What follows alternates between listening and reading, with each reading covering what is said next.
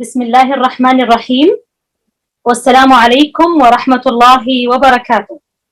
يشرفنا أن نلتقي بكم مجددا في برنامج صحة الطفل تحت إشراف وحدة خدمة المجتمع والمستشفى الجامعي وبالتعاون مع جمعية فلذات. موضوعنا بحول الله في هذه الأمسية هو عن السعال أو الكحة عند الأطفال، وسوف يقدمه سعادة الدكتور تركي الأحمدي، أستاذ مشارك بكلية الطب، رئيس قسم طب الأطفال بكلية الطب فرع رابغ، استشاري الأمراض الصدرية لدى الأطفال. حياك الله دكتور تركي. شكرا لك أستاذة صيغة، يعطيكم الصحة والعافية جميعا. السلام عليكم ورحمة الله تعالى وبركاته. عليكم السلام. اللهم صل وسلم وبارك على سيدنا محمد على آله وصحبه وسلم تسليما كثيرا. اللهم انفعنا بما علمتنا وعلمنا ما ينفعنا رب العالمين.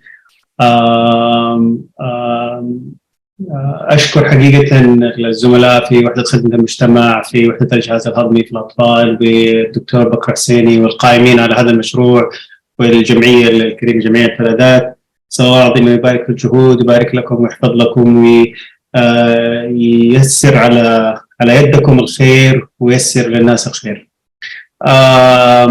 الحقيقة تواصل معي الزملاء مشكورين أنه أقدم محاضرة، وارسلت لهم قلت لهم أبغى أقدم عن السعال. بعدين وجدت أنه قد يكون الموضوع السعال.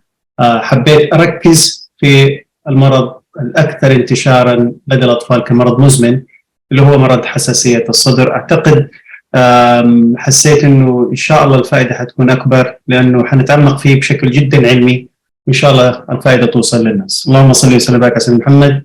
حتكلم اليوم عن هذا المرض. نتكلم عن مدى انتشاره، كيف يحدث، إيش المهيجات، هل تختلف عن الأسباب، ما هي الأعراض، كيف يتم التشخيص، كيف يتم العلاج، كيف تكون الوقاية، متى يتطلب الأمر رعاية طارئة أو الواحد يروح الطوارئ. وحأعرج على الأكثر الأسئلة شيوعا اللي أنا أقابلها في العيادة. مدى انتشار، نتكلم عن حساسية الصدر، نتكلم عن الربو لدى الأطفال. مدى انتشاره في المجتمع. الله حبانا في المملكة العربية السعودية، الله يحميها ويحفظها لنا، بطبيعة مختلفة من مدينة لمدينة، في مدن ساحلية، في مدن داخلية، في مدن عالية في الجبال، في مدن زي ما تقول شايفين الصورة جميلة، مدن خضراء، مدن في داخل الصحراء، في مدن فيها برد في الشتاء وثلج، في أماكن الآن فيها حر. فسبحان الله طبيعة الجغرافية المملكة العربية السعودية تختلف اختلافات جدا كبيرة. احنا ما احنا دولة، احنا قارة. فسبحان الله هذا يؤثر على الأعراض، يؤثر على كثير في هذا المرض. لكن لو أخذنا خريطة المملكة العربية السعودية، هذه بحث سويته مع الزملاء، بعدين شفنا مدى انتشار حساسية الصدر على مستوى المملكة العربية السعودية، وجمعنا كل الأبحاث المنشورة إلى ذلك الوقت قبل تقريبا 3 أو 4 سنوات. زي أنتم شايفين يمكن الأرقام بالإنجليزي، لكن الأرقام واضحة إنه الأرقام أو مدى انتشار المرض عالي. يعني لو نأخذ مثلا المدينة 15%، مكة 24%، جدة 14 12 متى تسوى، المنطقة الشرقية 4%، ممكن حتى توصل 33%. الأرقام فيها تباين كثير، لكن خلينا نتفق إنه الأرقام ما هي 1 و 2%، الأرقام معظمها عالية. معظم الأبحاث كانت تعتمد بشكل كبير على هذا اللي احنا نسميه سيرفي أو اللي هو الاستبانة.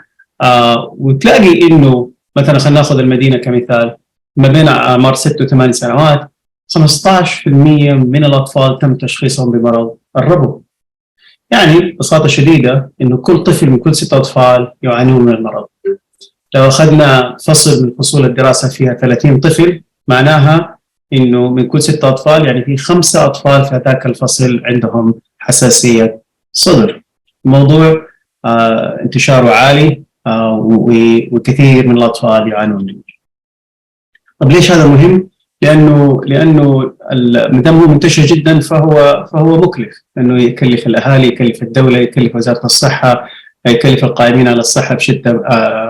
هذا مو بس كذا، لا ننسى انه هو مكلف للعائله. لما الطفل يتعب، ما ينام كويس، حتى شغل العمل، غياب عن العمل، غياب عن المدرسه، كلها هذه في النهايه قد تؤثر على الانتاجيه بشكل عام.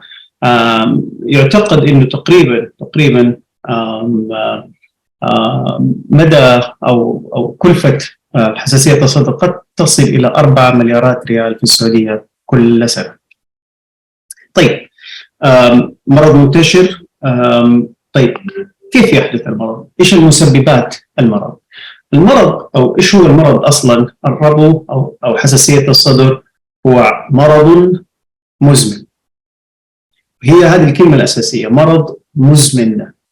سببه ضيق في المسالك الهوائيه للرئتين.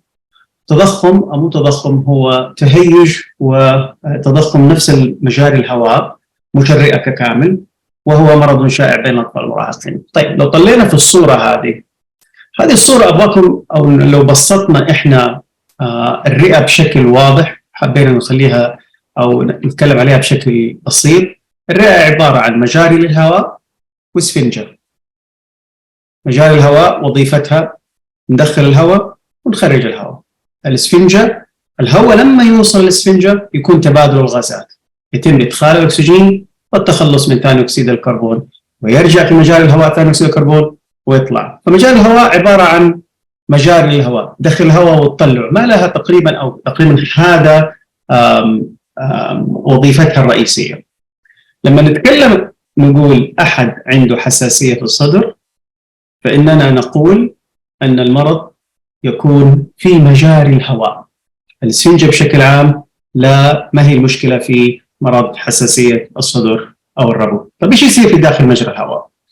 ابغاكم تطلوا في الصوره اللي في اقصى يسار الشاشه، تشوفوا كيف مجرى الهواء شكله جميل، مفتوح، مبطن من الداخل بغشاء مخاطي هو الاصفر البسيط، بعدين في انسجه ضامه تحته، في مجاري للدم، بعدين في الخارج حتلاقوا العضلات، هذه الاشياء اللي تلف حول الرئه. سبحان الله، هذا شكل مجرى الهواء في الشخص الطبيعي اللي ما عنده اي مشكله. نروح في الصوره اللي في النص، اللي هي تمثل الطفل او الشخص البالغ اللي عنده حساسيه في الصدر، ونشوف الفرق ما بين الصوره اللي في اليسار والصوره اللي في النص. الصوره اللي في النص تبين لكم اصل المشكله والمرض الاساسي، مرض حساسيه الصدر. ببساطه شديده هي كلمتان يا جماعه الخير: تهيج مزمن. مزمن يعني موجود معظم الوقت. وش نقصد بتهيج؟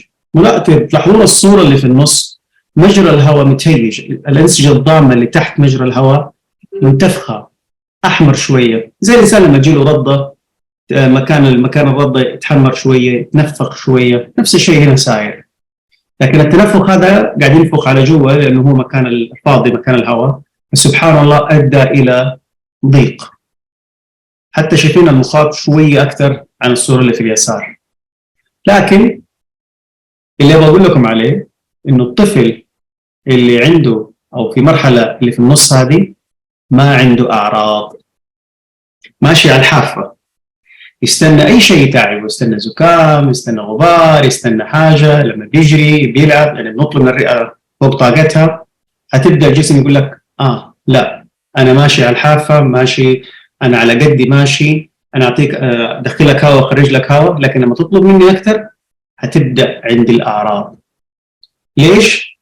لانه اللي حيصير مجرى الهواء حينتقل بشكله الى الصوره اللي في اقصى اليمين، متهيج بزياده، الاحمرار اكثر، المخاط اكثر. مو بس كده، هتلاقوا انه الحاجات الحمراء اللي قاعده تدور حول الرئه، اللي هي العضلات اللا اراديه اللي ما نتحكم فيها، تشد، ولما بتشد بتزيد المشكله اكثر، فبالتالي يؤدي الى ضيق، ووقتها حيكون الاعراض حقت حساسيه الصدر اللي حنعرج عليها بعد في السلايد الجاي.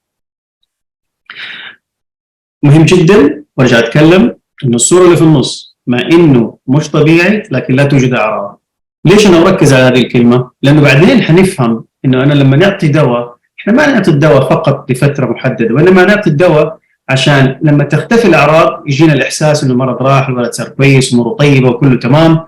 بعدين نخش في اطمئنان غير حقيقي إنه الولد خلاص طاب منه وصار تمام وصار كويس، لكن هو ما رجع صار 100، هو صار ما بين البينين، صار لسه رجع على الحافة مرة ثانية. هذا الشيء جدا مهم في فهمنا لهذا المرض. هذه بس صورة من تحت المجهر عشان يبين لكم الفرق، كيف سبحان الله بين اليمين واليسار. اليمين الطفل أو شخص بالغ كان عنده حساسية في الصدر، شوف كيف فرق كبير، الدنيا أضيق، الاحمرار أكبر، الأغشية المخاطية، فرق كبير ما بين اليسار واليمين. فسبحان الله احنا تكلمنا عن انه هو في تهيج مزمن، والتهيج المزمن هذا يضيق مجرى الهواء ويخلي مجرى الهواء تحسس وردة فعله عالية. زي ما انا دائما اقول لمرضاي ماشي الحافة يستنى على التكة، يستنى بس حاجة تدفه على طول يعطيكم الأعراض المختلفة. شيء الأعراض المختلفة كحة، كتمة أو صفير، وتختلف من شخص إلى آخر. الأسباب، وهنا لازم نفرق ما بين الأسباب والمهيجات. السبب الذي أدى إلى حساسية الصدر نقدر نقول إنه لا تزال الأسباب الربو في فترة الطفولة ما هي مفهومة بالكامل حتى الآن.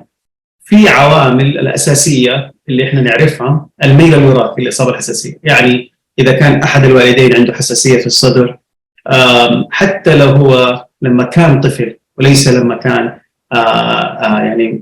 مو لازم يكون الآن عنده حساسية في الصدر، حتى لو كان أحد الأبوين أحد الأخوان كان عنده حساسية في الصدر يخلي في قابلية للطفل يكون عنده حساسية في الصدر.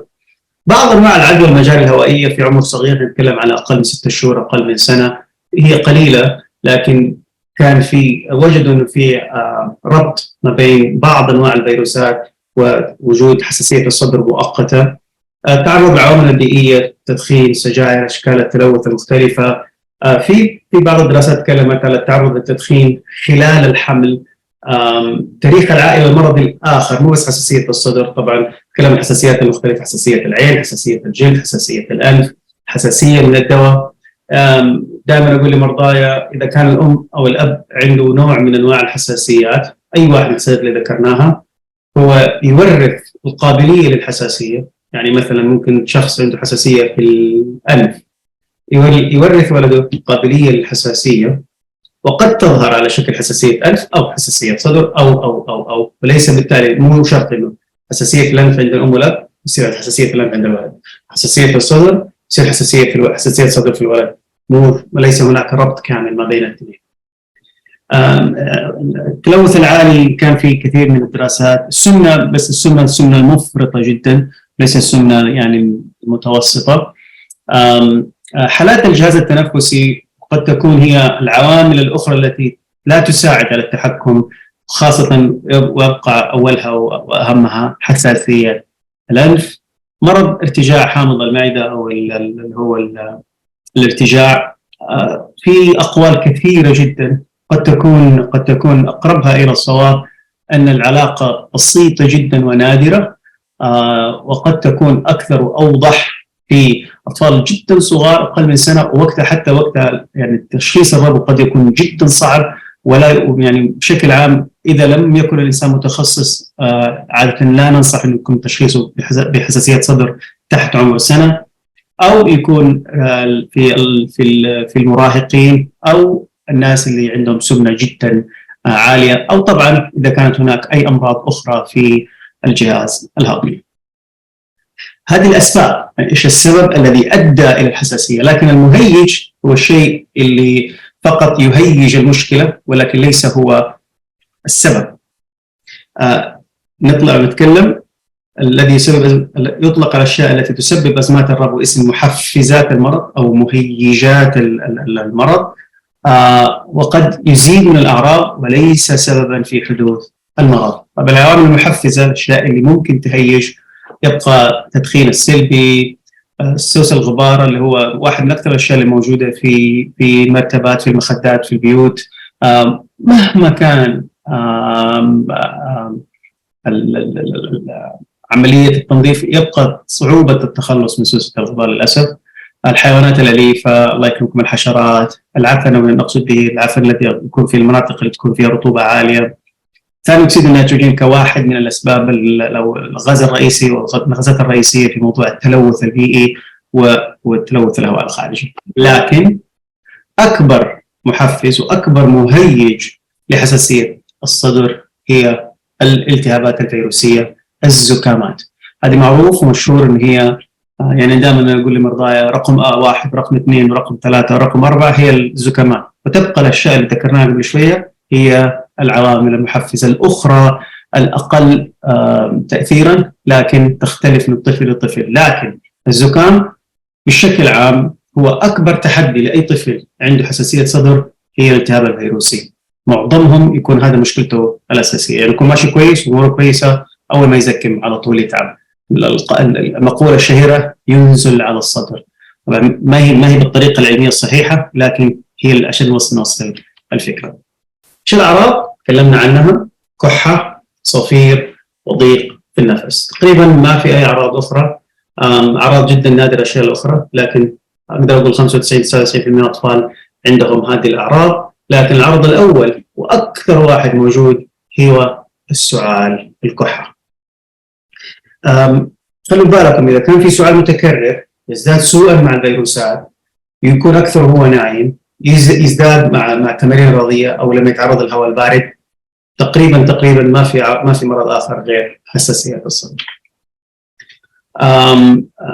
قد يكون في أعراض، قد تكون في مسببات أخرى: اضطراب النوم، صعوبة في التنفس، تحدي اللعب، ممارسة الأعياء الذي يمكن ناجم عن قلة النوم، تأخر الشفاء والتهاب الشعب الهوائي بعد عدوى الجهاز التنفسي. أقدر أقول هنا يمكن ما أوفق في نقول يسبب، لكن نتكلم مهيج لحساسية الصدر، أو من الأشياء التي لا تساعد على أننا نتحكم بحساسية الصدر. طيب، كيف يتم التشخيص؟ خلينا نتفق إنه تشخيص الربو هو اللي احنا نسميه تشخيص إكلينيكي، يكون مبني بشكل جدا كبير على التاريخ المرضي، فحص الطفل، أكثر من أي فحوصات أو أشياء أخرى. صعوبة تشخيص الربو أو التشخيص قد يكون في صعوبة إنه أي طفل يكون عنده أي مشكلة في الجهاز التنفسي يكون دائما مع كحة. دقيقة واحدة بس، عندي بس أشوف شيء، دقيقة واحدة.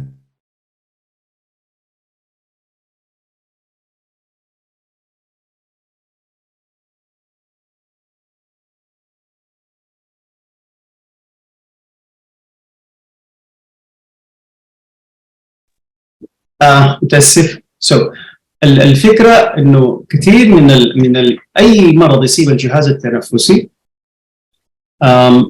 يكون العرض الرئيسي مع الكحة. وإذا تذكروا الصورة اللي وريناها، لما يكون الجهاز أو مجاري الهواء متهيجة، فقط التهيج مهما كان نوع التهيج أو سبب التهيج يؤدي إلى الكحة. سبحان الله، في الكحة عبارة لها زي مستقبلات كحة، والكحة ربنا خلقها لنا عشان ننظف الجهاز التنفسي، لكن هي تحدث إذا كان هناك أي تهيج لهذه المستقبلات في مجاري الهواء.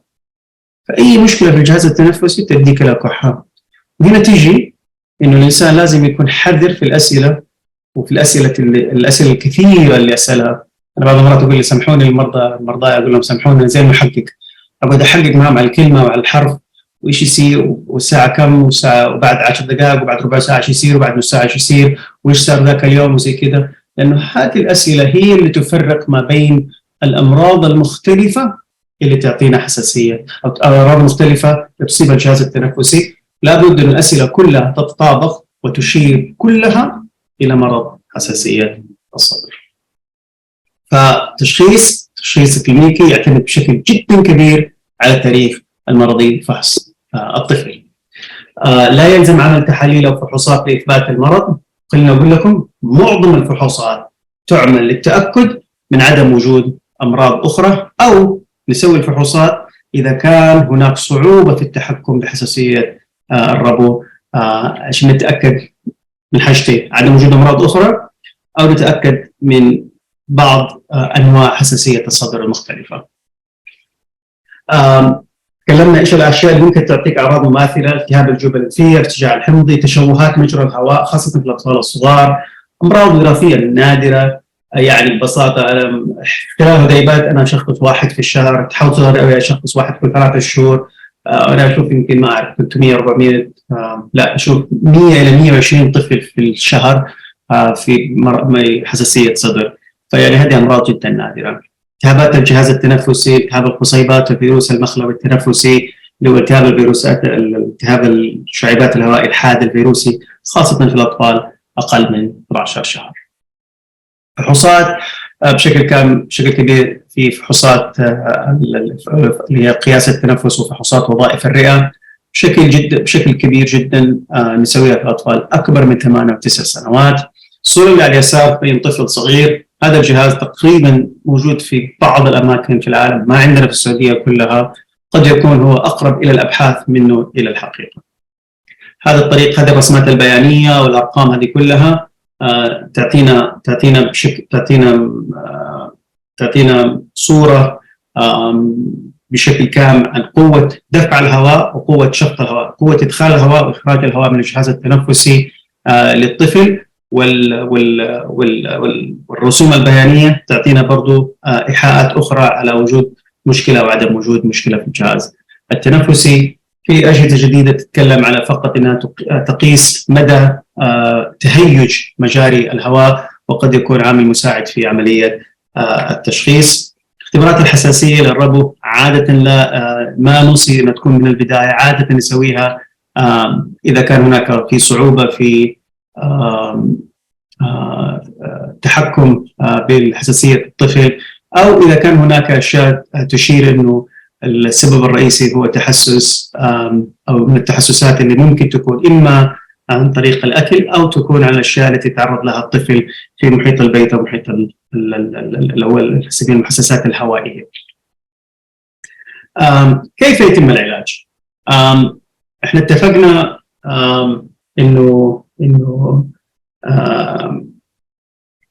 حساسية الصدر عبارة عن مرض مزمن، واعتقد هذا جدا مهم. نسأل السؤال اللي دائما يسأل: هل نستطيع أن نعالج ونتخلص من الربو؟ إجابة لا. اتفقنا إنه هو مرض مزمن، لكن الهدف الأساسي لإعطاء العلاجات و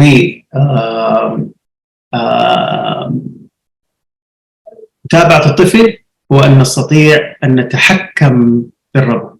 نعطي مثال على مرض مزمن آخر، الله يعافي المستمعين والمستمعات ويبعد الشر عنكم جميعا. خلينا نقول مثلا شخص عنده ضغط أو سكر، هي أمراض مزمنة بشكل عام. أدويتها الأساسية هي للتحكم بها ومنع المشاكل التي قد تحدث نتيجة عدم التحكم، أكثر من نحن نعطي الدواء عشان المرض يروح. ناخذ دواء السكر مدة شهر ويروح السكر. للأسف هذا غير حقيقي. في نفس الوقت أقول اللهم لك الحمد إنه حساسية الصدر يمكن ما هي بالطريقة زي السكر والضغط إنه موجود على طول، لكن لما يكون أحد عنده حساسية الصدر أو الربو غير متحكم فيه، يعني إعطاء الدواء لمدة أسبوع 10 أيام أسبوعين غير كافي للتحكم بالربو، وعادة نعطي الدواء على فترة أسابيع غالبا أشهر، وبعدين نبدأ نخفف الأدوية بشكل تدريجي. أهداف العلاج: يعتمد العلاج على شدة الربو، والبداية دائما تكون الهدف الأساسي هو التحكم، إبقاء الأعراض تحت السيطرة. لازم نكون واقعيين في الأهداف حقتنا. أعراض قليلة أو منعدمة، نوبات ربو قليلة، عدم تقييد الأجهزة البدنية، الاستخدام المحدود لأجهزة الاستنشاق اللي هي الأجهزة اللي تستخدم فقط لتموسعات الشعب الهوائية، ونعطي الأدوية ونحاول نقيس، نعطي دواء كافي بس ما نعطي دواء زايد، ونحاول نقلل الأعراض الجانبية. إذا أنتم منتبهين، ماني قاعد أقول ما في أعراض، ما في نوبات، ما في استخدام للجهاز البنتولين، ما في أعراض جانبية، لأنه هذا غير واقعي. لأن الميزان عشان أنا أقدر أزود أدوية عشان أتحكم، بس أنا لو زودت ممكن أكون عندي أعراض جانبية، بس لو قللت حتصير عندي أعراض مرة كثيرة. فعشان نحط الميزان لازم يعتمد على أشياء مرة كثيرة، ويعتمد دائما على المتابعة المستمرة مع الدكتور عشان نقدر نصل إلى المعادلة المناسبة لكل طفل. احنا عندنا هذا الرسم، بس أنا حبيت أوريكم إنه في عندنا الخطوة الأولى، الخطوة الثانية، الخطوة الثالثة، الخطوة الرابعة، الخطوة الخامسة، وفي الجديد الآن في الخطوة السادسة. الفكرة كلها يا جماعة الخير إنه عملية التحكم بحساسية الصدر تعتمد على إننا إحنا نبدأ في مرحلة، بعدين نطلع وننزل حسب الأعراض. يكون دائما أهداف العلاج اللي ذكرت في السلايد السابقة هي أمامنا عشان نقدر نصل إلى التحكم بشكل جميل. الأدوية بشكل عام في عندنا بخاخات اللي هي عبارة عن مادة سائلة تحت ضغط، لما نضغطها تتحول إلى زي البخار، أو بخاخات البودرة اللي تنحط في الفم مباشرة زي كذا. سبحان الله، زي النقط الصغيرة هذه البودرة هذه تتكسر ويشفطها المريض، أو أجهزة التبخير، إما أجهزة التبخير المنزلية أو عن طريق ضغط الهواء، ضغط الأكسجين في المستشفيات. نفس الفكرة هنا، ينحط السائل عن طريق الغاز المضغوط يتحول للحالة الغازية، بعدين الطفل أو الشخص المريض يستنشق عشان يدخل على الجهاز التنفسي مباشرة. بشكل عام نفضل البخاخات على البخار لسهولتها، ما تحتاج كهرباء، ما تحتاج جهاز، ما تحتاج تنظف الجهاز كل شوية، ما تحتاج مويه ملح، ما تحتاج تقيس الجرعة كل شوية. البخاخ جاهز بتيك الجرعة المناسبة بإذن الله. في أدوية أخرى في عبارة عن زي البودرة أو زي الحبوب اللي تنأكل الأكل. في الأدوية الأخرى اللي باين في الصورة كبيرة، بخاخات الأنف والأدوية الثانية، كلها هذه بشكل أو بآخر كلها تكون أدوية مساعدة مع أو بدلا عن البخاخ والبخار للتحكم بحساسية الصدر. طيب كيف نتمكن من الوقاية؟ أعتقد الوقاية زي أي شيء في الحياة يحتاج له تخطيط. الوعي يحتاج تجنب محفزات المرض، هم أفضل طريقة. تعرض المحفزات، نفتكر ايش قلنا؟ أكبر محفز هو الزكام. يعني أعتقد بغض النظر الطفل عنده مشكلة أو عنده ما عنده مشكلة، عنده مشكلة في حساسية أو ما عنده مشكلة في حساسية، تدخين بجوار الطفل أعتقد يعني ما هو من الحكمة أو من يعني ما في أي فائدة في هذا الشيء. شجع طفلنا أن يكون نشيط مو عشان شيء، لأنه سبحان الله نشاط البدن المنتظم يساعد في قوة العضلات، قوة الجهاز التنفسي بشكل عام. زيارة الطبيب بشكل دوري، الانتظام التام على الأدوية، ما أقدر أشدد أكثر من كذا على فكرة الانتظام التام على الأدوية. فحص الطفل بانتظام اللي نقصد فيه فحص عن طريق الطبيب، أو الواحد يكون يكون عينه على طفله، خاصة لو كان شاكك إنه في مشكلة على طول، يقدر يتدخل في وقت مبكر ويعطي له الأجهزة اللي هي الفنتولين، الشيء موسعات الشعب الهوائية. مهم جدا أن نعرف أن حالة الربو تتغير بمرور الوقت، ولذلك الزيارة الدورية جدا مهمة، لأنه زي ما قلت لكم هي سبحان الله يعني تحتاج إلى نطلع وننزل ونغير حسب الأعراض وحسب حتى مواسم السنة المختلفة، لأنه الهدف الرئيسي نرجع إبقاء الأعراض تحت السيطرة. طيب متى تتطلب رعاية طارئة؟ طبعا الحالات الشديدة ما نحتاج إنه أو ما ننتظر إنه إحنا نروح نشوف دكتور وناخذ موعد أو ناخذ شيء، لابد إنه نروح على الطوارئ. متى هذه الأشياء اللي نشوفها؟ والله الولد بيمشي ويوقف، ما هو قادر يتنفس، معناه إنه جسمه غير قادر على النفس، يحتاج يروح الطوارئ. إذا شفت عضلات البطن تخش وتخرج، طوارئ. الأنف من الجناب يكبر مع كل نفس أو هذا عشان الطفل بيحاول ياخذ نفس أكبر، طوارئ. يحاول التنفس بقوة بحيث إنه البطن تحت الضلوع زي ما إحنا قلنا، أو حتى ما بين الضلوع يكون، أو فوق الضلوع في فوق عظمة القص، يكون الطفل باين إنه هو بيحاول إنه ياخذ نفس. قبل هذا كله، بعد هذا كله، دائما سبحان الله الأم والأب عندهم يعرفوا طفلهم أكثر من أي أحد آخر. إذا حسيت طفلك مش مرتاح خذها الطوارئ. لأنه سبحان الله نادرا أظن من كرم ربنا علينا إنه قد يكون هناك أو نوبة ربو قوية من دون وجود كحة، فقليلة، لكن إذا شفتوها على طول المفروض إن إحنا نروح الطوارئ. مهم جدا إنه حتى لو لم يتم تشخيص إصابة طفلك بالربو، إذا شفت أي أشياء من الأشياء اللي قلت عليها قبل شوية، فأعتقد إنه من الحكمة إنك تروح الطوارئ. بعض الأسئلة الشائعة اللي تجيني حقيقة: هل يستطيع طفلي ممارسة الرياضة؟ بكل تأكيد، زي ما تكلمنا قبل شوية إنه بالعكس هي مساعدة مش مشكلة. هذه كثير من الناس يقول لك لا أنا منعته من الرياضة، منعته من حصة الرياضة، منعته إنه هو يروح النادي، منعته إنه هو يروح يسوي. بالعكس، واحد من الأهداف الرئيسية لإعطاء الأدوية إنه الطفل يعيش حياته حياة كريمة وكاملة طبيعية زيه زي أي طفل آخر. لازم نعرف إنه كثير من الأطفال الأولمبيين يعانون من الربو، يأخذون الدواء بانتظام ويأخذون قبل الرياضة ويصير أمورهم طيبة. هل يختفي مرض الربو مع كل ما يكبر طفلي؟ أعتقد جدا مهم إنه الإجابة تكون واقعية، إنه من كرم ربنا أيوة قد تقل الأعراض، أو قد يكون التحكم بالمرض أسهل كل ما كبر الطفل، لكن تبقى نسبة يعني كويسة من الأطفال، أقدر أقول الثلث من الأطفال يبقى عندهم حساسية الصدر إلى مرحلة البلوغ. حتى الثلث هذول 30% 40% اللي بتبقى معهم تكون أعراضهم أقل مع مرور الوقت. هل يختفي مرض الربو كل ما يكبر الطفل؟ نفس السؤال. سعال وصفير من دون زكام، حساسية في الجلد، وجود حساسية مزمنة في أحد الأبوين.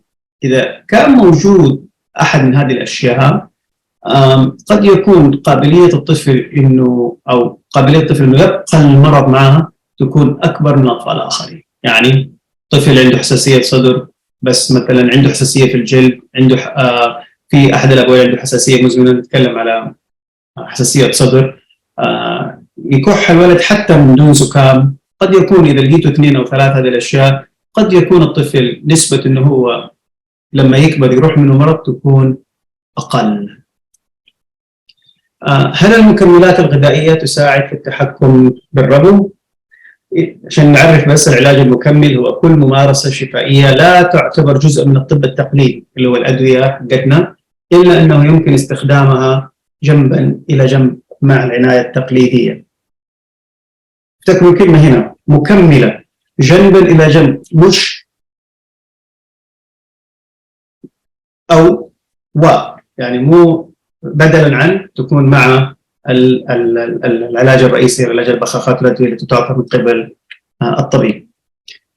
الفكرة الأساسية إنه لا نستطيع نفي أو إثبات نفعها أو ضررها من دون دراسات مستفيضة، دراسات علمية إكلينيكية بالطرق العلمية المضبوطة، عشان أنا أقدر أقول إيه واستخدم أو لا تستخدم كذا.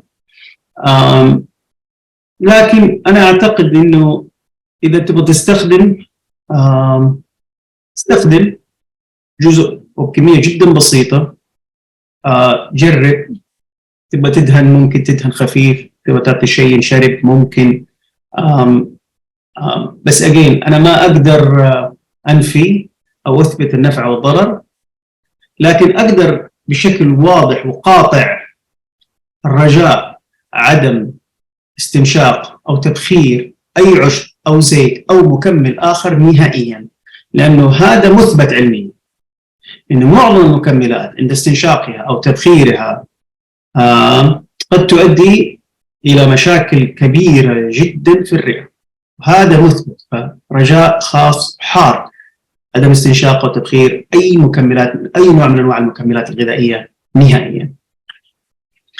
هل الأطفال الذين يعانون من الربو يجب أن يستخدموا الدواء عند الشعور بالأعراض فقط؟ أعتقد واضح إنه الإجابة هي لا. إحنا تكلمنا إنه مرض مزمن نحتاج التحكم بالمرض على مدى طويل، لأنه عند توقف الأعراض وزوالها تبقى المشكلة موجودة. تفتكروا الصورة في الأول، يبقى التهيج، يبقى الطفل على الحافة، يبقى الطفل معرض إنه أول ما يجيله زكمة موجود يتعب مرة كثير.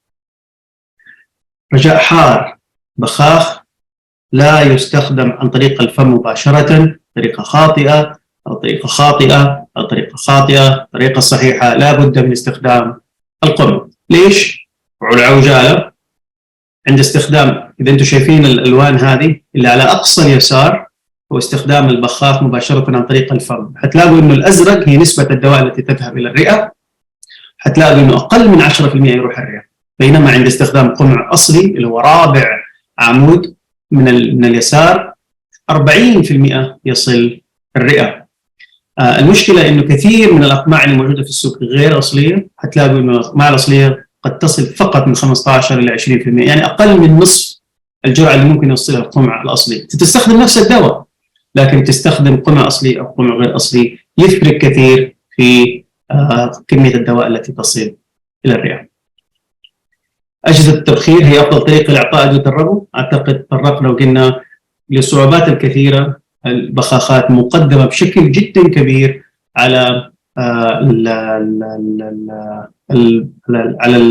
أجهزة البخار. مشكلة أجهزة البخار إنه مستشفيات كثيرة أو كل المستشفيات تعتمد بشكل عام على اللي أعرفه إنه تعتمد على التبخير، يكون عندنا قناعة إن التبخير أفضل من البخاخات. عدة أسباب قد تؤدي إلى هذا الاستنتاج اللي عقلاني حقيقة. أجهزة التبخير في المستشفى تكون عن طريق الأكسجين المضغوط، بينما اللي في البيت تكون عن طريق الهواء المضغوط اللي من البيت. الجرعات تكون شوية قد تكون أعلى في التبخير، لكن عند إعطاء الجرعة حقت البنتولين عن طريق البخاخ بالطريقة الصحيحة بالقمع الصحيح بالجرعة الصحيحة قد المفروض أنها تعطينا يعني نتيجة مماثلة إن لم تكن أفضل من البخار. أنا كذا خلصت. إذا كان في أي سؤال في أي استفسار أنا تحت أمركم ويعطيكم الصحة والعافية. شكرا جزيلا دكتور تركي. دكتور تركي، في استفسار، هل الفيروسات هي اللي تسبب الربو عند الأطفال؟ هي المهيجات الرئيسية ولكن ليست هي سبب حساسية الصدر. طيب، ممكن تعطي المستمعين أمثلة عن الفيروسات التي قد تكون مسببة للغبو حساسية الصدر؟ أي فيروس يسبب زكام قد يسبب، يعني تقريبا معظم الفيروسات اللي نعرفها كلها عن بكرة أبيها تسبب يعني قد تكون واحد من المهيجات الرئيسية لحساسية الصدر. سموها الفيروس حق الزكام، فيروس الانفلونزا، فيروس الكورونا، فيروس اللي هو المخلوي اللي هو الRSV، يعني كل الفيروسات اللي تسبب لك معظم مشاكل الجهاز التنفسي العلوي سميها ما شئت، وقول هو شيء اسمه الفيروس ما دام يسبب زكمة قد يؤدي إلى تهيج في الصدر. أوضح حاجة بس. تفضل. سبحان الله الكورونا كان بردا وسلاما على الأطفال. كثير من الأطفال لما يجيهم الكورونا، معظمهم مو كلهم، كمية التهيئة أو إنه قابلية إنه هو يهيج الصدر قد تكون شوية أقل سبحان الله حتى من الزكام العادي. فهو زي الفيروسات الثانية إذا كان حد سأل السؤال. أشهر الأدوية أو البخاخات التي تستخدم حاليا؟ والصعب إن إحنا نتكلم على أدوية على بشكل عام على أشهر ولا على أكبر ولا شيء، لكن سبحان الله كل طفل، يعني مثلا طفل اللي عمره سنة غير اللي عمره 3، غير اللي عمره 6، غير اللي عمره 10، غير اللي عمره 14، غير اللي عمره 18. مو بس كذا، هو هل يبدأ في الدرجة الثانية ولا الدرجة الثالثة من عملية الأدوية؟ هل عنده مشكلة ثانية في الجهاز التنفسي؟ هل استجابته للأدوية قبل كده؟ هل أخذ أدوية؟ كلها عوامل كثيرة وعوامل أخرى كمان فوقها خليني أقول والله أنا أبدأ هذا الدواء أو هذا الدواء، بخاخ هذا أو البخار هذا أو البودرة هذه أو اللون هذا أو اللون هذاك. لكن هي في النهاية هي تقريبا 10-15 بخاخ وبخار موجودة في السوق، لكن سبحان الله كل طفل مختلف عن الآخر. هل بداية الحساسية ممكن هي تكون ربو؟ هذا استفسار من سائلة.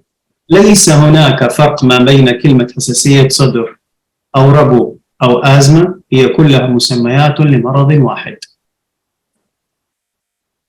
هل يمكن العلاج من الربو أو هل هو مرض مزمن؟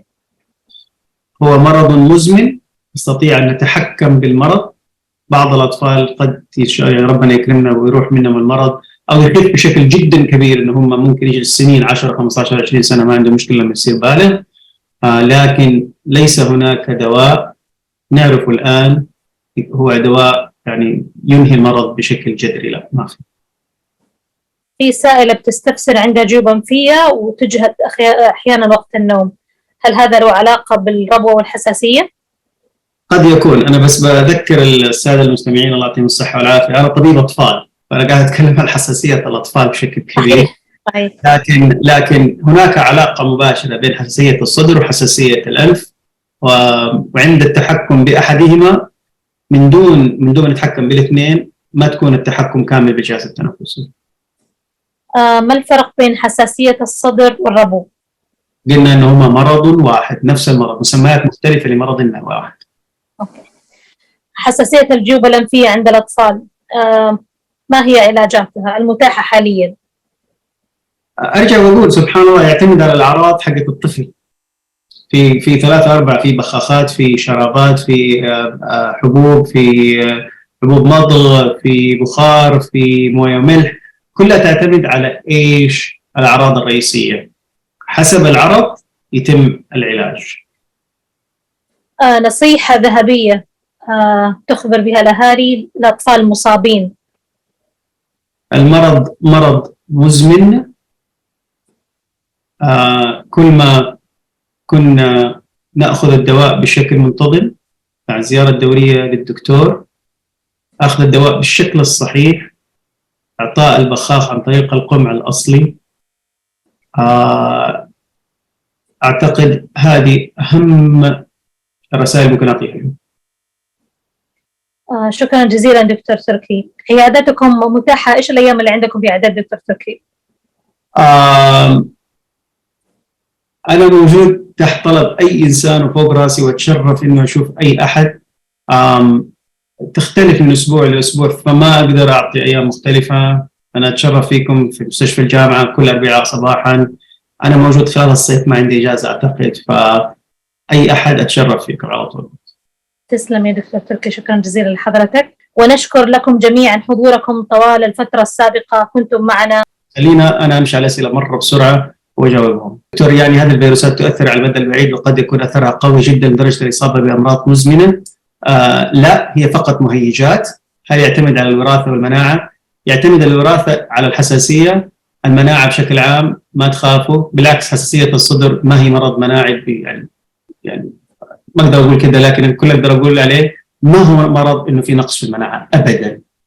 هل كثرة استخدام البخاخات لفتح مجرى الهواء مضرة؟ الإجابة هي إذا كنت تتكلمي على الفنتولين، البخاخ الأزرق موسع الشعب الهوائية، الكثار الاستخدام قد يعني أن المرض غير متحكم به ولا بد من زيارة الطبيب لزيادة الأدوية الأخرى التي تتحكم بالمرض.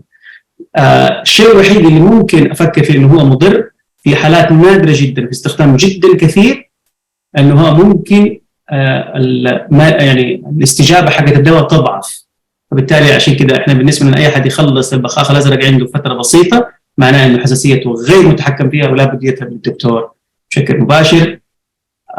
هل هناك أطعمة تهيج الربو؟ ليس هناك علاقة مباشرة بين الأكل وحساسية الربو إلا في وجود حساسية حقيقية. يعني واحد طفل عنده حساسية مكسرات، حساسية من البيض، حساسية من الحليب، لما ياخذه هيتهيج صدره.